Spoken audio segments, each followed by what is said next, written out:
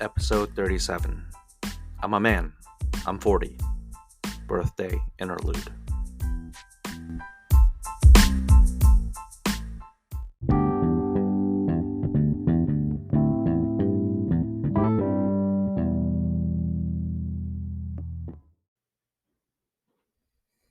All right. Hey, y'all. So it's Denny. Not going to really do my traditional intro. Also, not planning to do an outro. So, for those of you who are newer to this podcast, I've done these preamble episodes where I just kind of press record and go. And because it doesn't really fit into the neat little structure that I've created with these different chapters and these guest episodes. And so far, I think I've done like maybe two or three of these, and I haven't gotten in trouble. So let's keep our fingers crossed, or I will keep my fingers crossed. I thought that this would be a really good time. So I'm currently recording this the evening of September 7th. It's my last night or last hour of being 40. I guess in Korea, because I was born there, I technically did turn 41. But since I'm in the Eastern time zone here, and Korea time is 13 hours ahead, or 14, depending on the daylight saving situation. But yeah, no, it's crazy that I'm spending my last few hours as a 40-year-old recording this podcast. Last year, this didn't exist. Heck, even a few months ago, this didn't exist. No social media presence. Again, just kind of jumped into the hobby pool, and I haven't looked back since. And I've been learning to try to tread water and swim. It's just been so awesome. I think it would have been so even better if this episode number was my age. This is episode 37. I just got done uh, cleaning up and getting a podcast description and uploading to YouTube the conversation I had with Eddie from C3 Grading. Tomorrow, I have a chat with.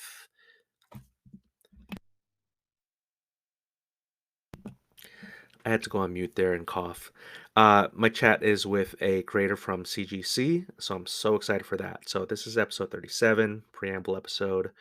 I am Yeah, I'm 40. I didn't want to yell that I'm a man, I'm 40.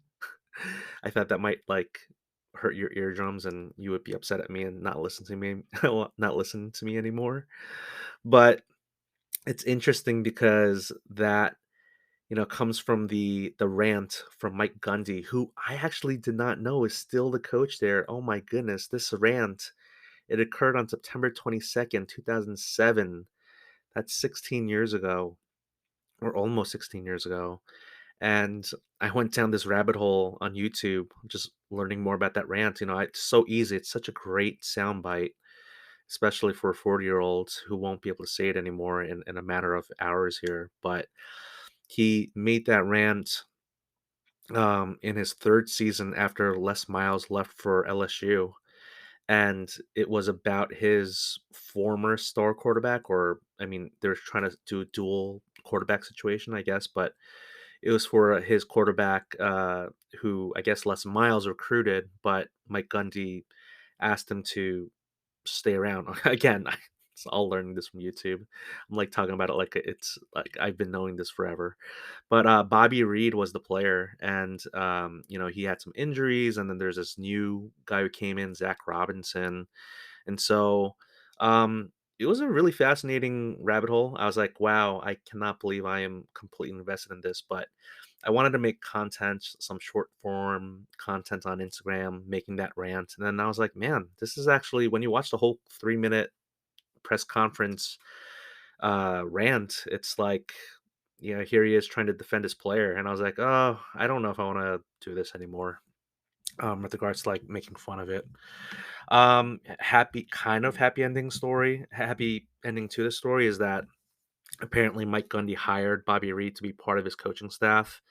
And again, it's just I don't know if he's still on the staff or anything like that, but the fact that Mike Gundy is still the coach there, I had no clue, and it's just I can't believe it. It's so wild. 2007 also being like when I was the start of me getting back into the hobby. The second time because again the much heralded Florida Gator class of Al Horford, Joakim Noah, the 50-point scoring Corey Brewer, and the much less known Chris Richard, Torian Green, and folks like that. But they were coming into the NBA along with Kevin Durant, and of course the sad story of Greg Oden.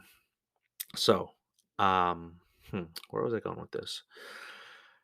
Yeah, turning 41. First time going through a birthday with having social media and again a podcast, so I'm kind of feeling my way through this. Um, I think I recently made some content. Well, not I think, I know I did, but maybe I think I want to talk about this. I am still trying to figure out who I am, what I want to do, my position in the hobby. It's a lot of fun, I'll say that. I think it's pretty fluid. Again, I don't think I'm one of anything. Much like all of you listening, we all do different things. We all wear many hats. We all have uh, many different activities that we do in the hobby. Some of you are creators of content. Some of you are just buyers. Some of you flip. Some of you deal, invest, only eBay sales, only in-person deals. Whatever you do, I mean, I hope you're having fun because I know I am. I I think Cage Lawyer, he recently had an episode asking the question, "Are you having fun in the hobby?" And for me, man, I love this. I love this hobby. And you know what's so crazy about it is I'm spending way less money because I'm just spending so much time with content creation, podcasting. I'm playing around with custom card art because I know that's going to be a chapter coming up soon, and I want to get better at it before I post it on social media where dreams go to die. And I'm setting up a trade night that's happening next week, September 16th. I'm DMing with industry insiders and just fellow collectors, trying to learn. Well, the former with trying to learn about the history of the hobby, and the latter just because I like looking at cards and I kind of like figuring out like what why people collect what they collect, and I've been having some great conversations with folks, and I just feel like I'm soaking it all up like a sponge. I love it all, and all the things that I just said. Creation of content, podcasts, custom card art, setting up a trade night. None of this really costs a dime. I mean, there might be some expenses involved, especially if you have a venue that you want to do a trade night and they want some money up front. I mean, I get that there's some expenses, but luckily I'm working with a local business person or a stalwart in our local community who is willing to give up his space for an evening of cards and fun and just to raise some money for his nonprofit. So um, I'm all for that, just being a value add to the hobby. I've said that in my social media content, just trying to do something because at the end of this, like, why are we doing all of this? I know collecting is very, in a way, I guess it is like selfish. It's insular. It's you have a collection, and I guess you could share a collection and you could do this, that. But ultimately, you are trying to be the steward or the owner or CEO of your own private collection. And I loved my binge phase of buying too much. It's always fun to buy. Who doesn't love to buy? I mean, but I just figured it wasn't. I didn't get the same rush buying, and I didn't want to like increase or up the amount of money because I didn't want to. I mean, I could have, but if you want to self fund your hobby and sell the cards that you have, oh my gosh, I'm saying way too many times. Gotta slow it down. Actually, let me take a pause here so that I can recircle, regroup, and yeah, one moment, please. Uno momento.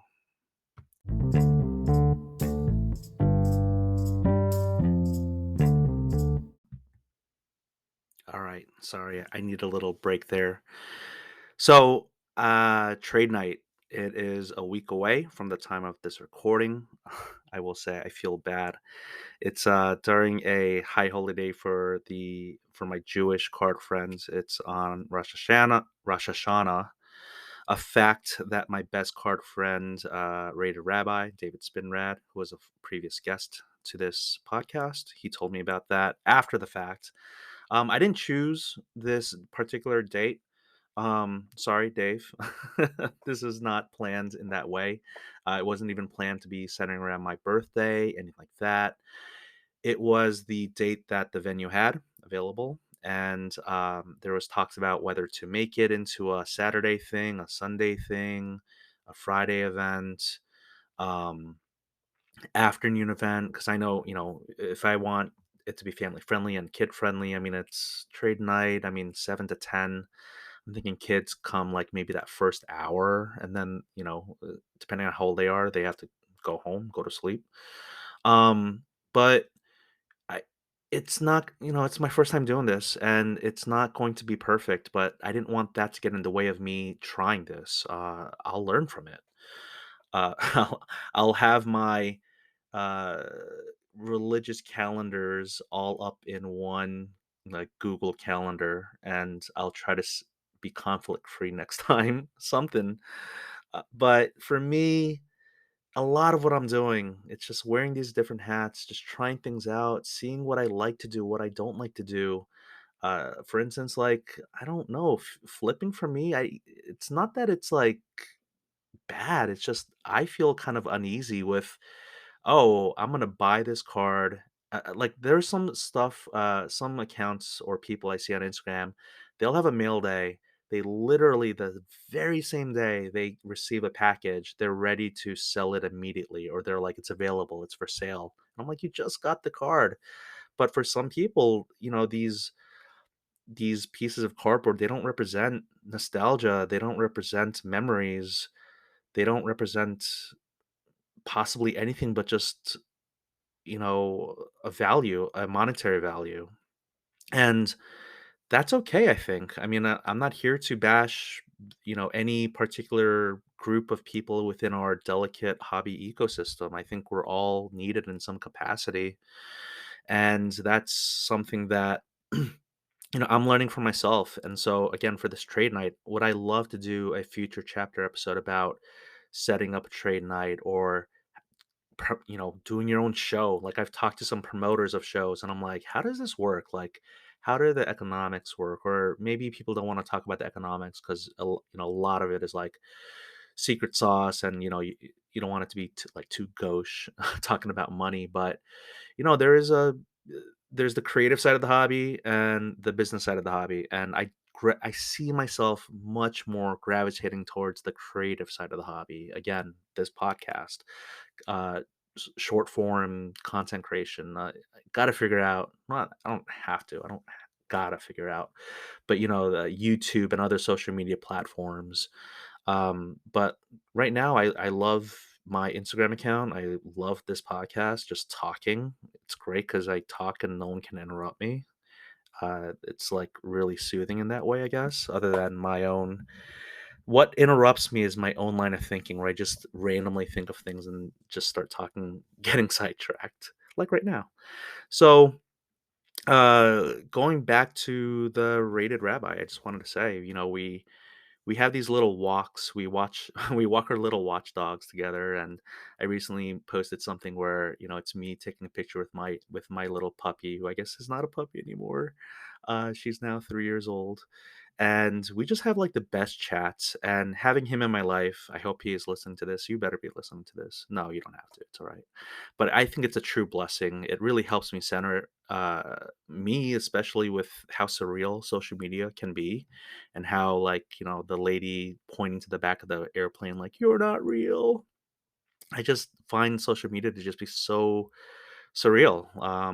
It is real people with real accounts. I mean, I guess unless you're a scam bot, or you know, something like that. But I mean, I just feel like people just feel like they can say whatever they want and hurt people because they're just behind, their keyboard or their screen, and that's just social media, I guess. But I have someone who I can just ping ideas off of and learn from and just talk about. And one of the things that he and I talk about that I would like to, I guess, share here, just because we talked about it recently, is how much of this, I guess the society, when I say the society we live in, it's the American Western, society, and it's work obsessive, it's ultra capitalistic, and he and we talk about how we don't want to make this hobby into a second job, that, to not forget that it's a hobby, that and that it's really interesting. It's collectible based hobby versus an experience based hobby. Examples of the latter being like crocheting, bike riding, things like that. And so we collect tangible goods, which I think I was talking about right before got into a coughing fit and I had to press mute. But we collect, right? And so that's just classic consumerism, which brings me to kind of my next rambling point of, in a consumer society, I was kind of going through this little phase, or running with the joke of, oh, I want to be a watchdog. I mean, it's not it's like a half joke, right? It's like, I don't want to be card porn. I don't think anyone really does. And I made a content about decentralizing the concept of a watchdog. And some folks were like, well, we already have enough watchdogs, or some people saying, oh, it's a negative thing, or let's keep it positive. And, I never espouse that I have a hobby positive page or a negative page. It's just a page, it's a feed. And uh, one thing I like to jokingly say to people is, I don't make it easy for people to follow me. It's like, it's not just one thing, but that's also me. I'm not one type of collector or hobbyist. Like, I can sometimes be funny. I can be sometimes nostalgic and, sad or wistful or yearning for something. I can sometimes be silly. It can be sometimes ridiculous. I don't think that makes me duplicitous or deceitful. I think that just makes me human. And I know that it's really easy to try to put people into boxes. I think some people are still trying to figure out, who is this guy? Like, why should I care about him? And it's like, it's fine. You don't have to care about me, but I think that what I'm trying to do with my social media feed is give you a reason to root for me if you want to root for me. But I also know that not everyone wants to. I think there are some people who just want to go online, and that is their outlet to try to just drive in, and twist the knife on people, whether they know them, social media know them or not. And that's how they get their enjoyment. Just sounds miserable and terrible, but people are gonna do what they're people are gonna people. Um, but yeah, I definitely got sidetracked there. Should I pause or should I power through this one? Uh, age. I wrote down here in my notes, age, 41. It's nothing but a number, right? I mean, you can be 41 but act like a 26-year-old. You can be a 20-year-old act who's mature beyond your years and be like a 80-year-old and whatever, right? So the main thing though is, I am now indeed an adult in the hobby. Uh, I guess I was a young adult the last time I was in the hobby, in my, like early to mid 20s. And as a kid, I was definitely a kid in the hobby. And, kids are going to do what adults tell them to. They emulate what people who are older than them or who they look up to, whether it is fathers or father figures, or mothers, mother figures, older siblings in the hobby, cousins, right? I mean, some of the most impressionable people are it's like the tangential family members who are a little bit older than you. And so, we got a lot of, I've made the joke about boss babies, these kids with like these Zion briefcases, with insane ultra modern football cards, and makes you wonder, is it do they even collect? Is there even a true Trevor Lawrence collector out there? It makes me wonder. I think the Rated Rabbi and I, we've joked about that. Like, do people actually collect, or do they like do they like the Jaguars? Like, I remember when in The Good Life, the NBC sitcom, Duval. It's just so wild that the Jaguars were such a punching bag with Blake Bortles, and now they have like one of the hottest quarterbacks because he's young and he's got that riz with the long hair, and it looked like he was going to lose last year in the playoffs. I mean, he did lose, but they didn't win the title. But it seemed like he was going to lose that first game, and then they come back and they win, and all this stuff. And he's going to Waffle House. Shout out Waffle House. Oh my gosh, I'm so hungry now. Um, but no, it's like it's we're where did I go with this? We're all adults in the hobby, and the thing is, I, as an adult, much like you, if you are an adult listening to this podcast right now in the hobby, we get to dictate how the hobby looks currently and how it may look in the future. We get to help frame this hobby. And again, like setting up a trade night, never done it before, but I figured why not? I've never been a dealer at a show before. One of the first things I did once I had a little bit of very little inventory was talk to the promoter for my local show, and I was like, "How much do these tables like? What does it take to be on this other side?" And I realized the barrier to entry was so low. I was like, "Wow, okay, well, let me give it a shot. Let me see if I'll at least make my money back." So then I put all my money into buying like a shadow box showcase and had all this fun pricing stuff. I feel like I haven't set up in a long time. Again, it's because I don't think that I'm really good at it. But I'm just trying different things in the hobby. I'm trying to figure out my way. And so if people want to put me in a box, so be it. But I don't even know what box I belong in. But I know that as an adult, I get to help shape, at least in my local community, how the hobby looks. To have maybe more family friendly events. The first time I'll do it, I hope it's not the last time. This trade night. And the great thing is, as an adult, I really don't. I do not have to listen to other people. I do not have to do what they want me to do or they tell me what to do. Again, like the whole influencer thing, I don't know. Like, I guess I've always been like a critical thinker. I've maybe always been a little bit skeptical. And so the more people tell me, they try to persuade me to do things, the more I kind of I'll be nice about it, but in my head, I'll be like, what is this person's agenda or motive? I don't like to go with the masses. I'm not saying I'm always a contrarian, but I also know that sometimes when I see everyone going one way, it's not because I'm trying to be, outsmart people or to be too clever, but I'm like, wait a minute, like, what is going on here? So I kind of maybe overanalyze. I mean, that's definitely something that I tend to do. But, I'm gonna like Cartman says, I do what I want. So I'm a person, I'm an adult in the hobby. And again, even though age is just a number, I get to do these fun activities in the hobby and I really love it. I really do. I've met some amazing people. Again, it's great to have someone like the Rated Rabbi who I can just have these awesome talks about the hobby where none of it's like content or recorded. We just talk, and to have that and have him, ultimate blessing. Um and the content that I consume, it's wonderful.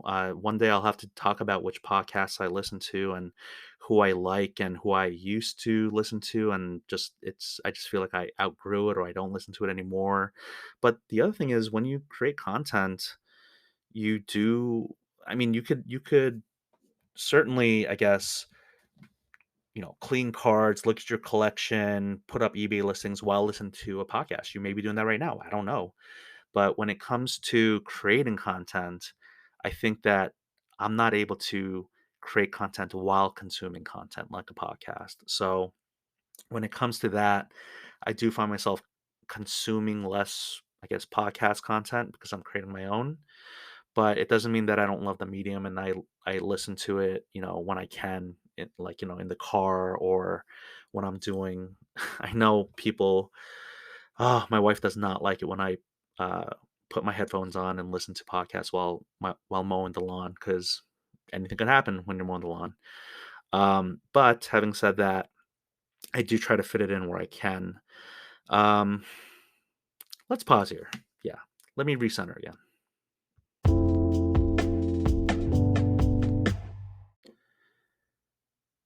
All right, so I think this will be the last leg or last part of this preamble episode, just because I'm getting older, I'm getting tired. So I got some birthday gifts to myself. I'll be posting them up on Instagram. Got some new hats. Again, kind of going with the hat motif, the many hats that we wear in the hobby. Nostalgia piece cards like 2008, 2009 Topps Chrome, orange refractors, uh, 2007, 2008 Upper Deck Artifacts basketball cards, which dovetails nicely into kind of mentioning that I'm so excited this month. Maybe, I hope, the article that I wrote with some help from some hobby friends coming out for Basketball Card Fanatic, the magazine that Adam, the real 27 guy, publishes out, and I love getting in the mail. And so it's about the artifact set, a 1 year set. For basketball, because I guess they still do artifacts for hockey, because Upper Deck has the NHL license. Um, Makes me almost want to talk about unlicensed cards and the licensing coming with Fanatics and the Panini Fanatics legal battle. I don't know. You've heard it from so many other places. I'll just continue to do this navel gazing and just talking about myself here, which again, you're either gonna love this or hate this episode, and that's fine. Um, the people who hate this episode probably also don't want to hear me talk about wanting to be the uncle or the funkle of the hobby. But again, your mileage may vary. It's all good. I can't really block people from listening to the podcast, even though I can block them from Instagram. Anyway, let's see. I I'm coaching, I guess. I love being a youth basketball coach. I really do. But I guess this season, this fall, I will be coaching. It's not even fall. It is so blazing hot still outside. Oh my goodness. It was in the upper 90s again today. And like, it's just so nasty out there. September 7th. So, speaking of, I am coaching both of my kids' youth soccer teams this year because there was a need for coaches. Uh, Parents just didn't want to step in, so I can't blame them. I didn't step in initially, but seems like I'll be uh, coaching them, either head coach or assistant coach, for their friends. Because if I don't, or if others don't, we just don't get to play, and that doesn't sound fun, not playing. So, this is really interesting because I don't really watch a lot of soccer. I have no soccer acumen, strategy. I've just played it street intramural, street ball. Well, I don't know much street ball, but like just kind of like pickup games. And I definitely thought about whether this means I'll be getting into soccer cards. I know that I have some soccer card friends on Instagram. Shout out Mac, Raul, folks like that. But, it's interesting, as I don't know, watch YouTube highlights or coach, how to coach a youth soccer, drills and, these it's so funny because even though I don't watch the stuff, I think the kids do because I remember last year, these kids, they're just like out there and if they score a goal, they're just doing that Cristiano Ronaldo, like, jump in the air and backwards do a V. I don't know, almost looks like a Generation X, like you remember when, the Attitude Era wrestling where they just kinda do the crotch chop? But it's like Cristiano Ronaldo does the big V or X or whatever the heck it is, I don't even know. So I guess I have to, like, learn that stuff now, just to connect with my soccer teams and the kids. So I don't know. Will I get into stock cards? I Part of me doesn't want to because it's just more consumerism, more money of cards that I don't have much meaning for. Like I literally know maybe 4 soccer players, like, other than, so we got Ronaldo, Messi. God, I'm really gonna, like, butcher this, and people are gonna be so angry. You got, the Erling Haaland, Mbappe, who's that guy? Pulisic. Okay, I'm stopping. That's it. That's it. Not gonna say any more names.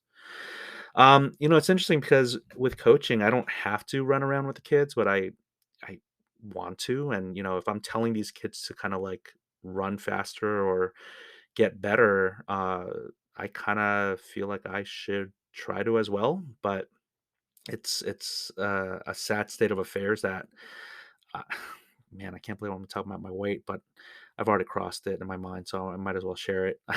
This is the most I've weighed in my life. I won't say the number, but, I definitely gained some pounds during COVID.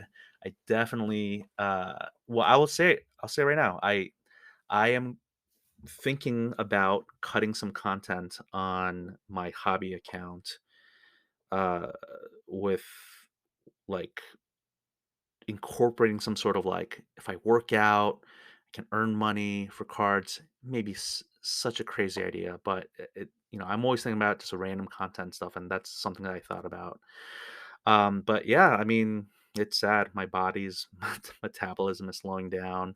I've tried playing pickup basketball with some friends in the area. Shout out to Matt. I don't know if you're listening, but because he's not a hobbyist, he's not in the hobby. He's a hobby adjacent. He's hobby curious. He's hobby adjacent, and I'm trying to rope him in.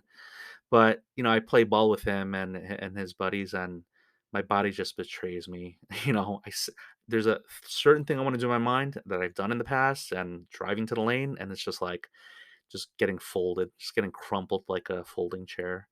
And then also, even if I don't get injured on the court, or if I don't do something silly that my brain is telling me I can do, but my body tells me I can't. It just takes forever to heal up, right? Just kind of like you just can't. Your body just doesn't regenerate, and just an example. I literally, and not the bad use of the word literally. I literally slept on my shoulder wrong several months ago, and it's still messed up. I don't even know what I'm doing wrong here.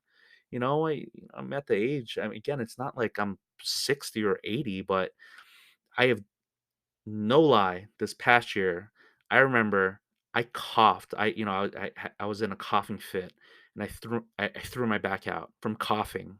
Like, what is that? Like, that doesn't make any sense. Like, coughing is like, or sneezing, these are normal things, and to just, like, throw my back out from coughing, like, when I say I was so lucky to not have my body break down during national, where for 4 days, like, almost 10,000 steps a day, for me to not have my back thrown out is just incredible. It's unbelievable. So, okay, enough sharing all this medical information. Just I admit I never had a podcast or a social media presence during a birthday, so this is new uncharted territory, I suppose.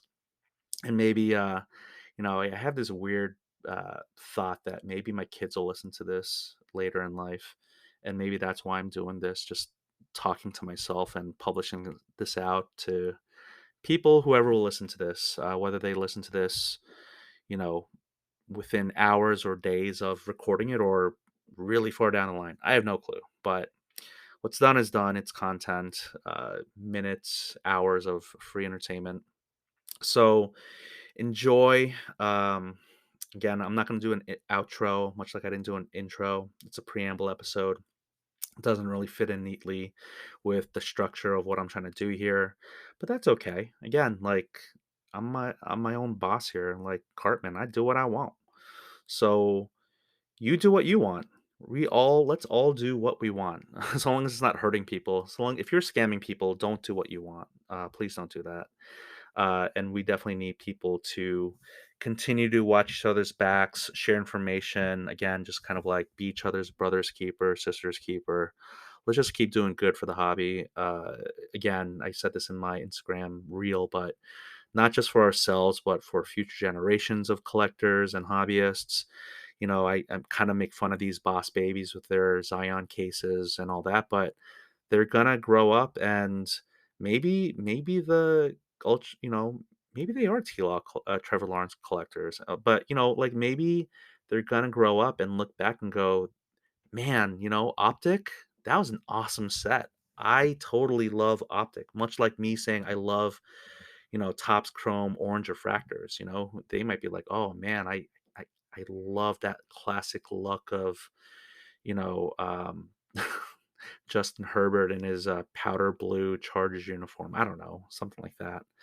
So let's just leave it for a better place for these next, generations of collectors and try to think, you don't have to, but I'm just saying, like, if we could all try to be value add to the hobby, I think that little by little, all those little ads, will negate the little negatives and the little bad that happens because we all know that there are bad things that also happen in this hobby. So let's just all have fun. Let's all do well by each other. Thank you for listening. This is like, again, a almost like a stream of consciousness episode where you will either enjoy the ramblings of someone who just turned a new age in his life, or you will never listen to me again because you thought that this was a complete waste of your time. And if that's the case, thanks for listening to me for this one time. Have a wonderful hobby journey, everyone. Until next time.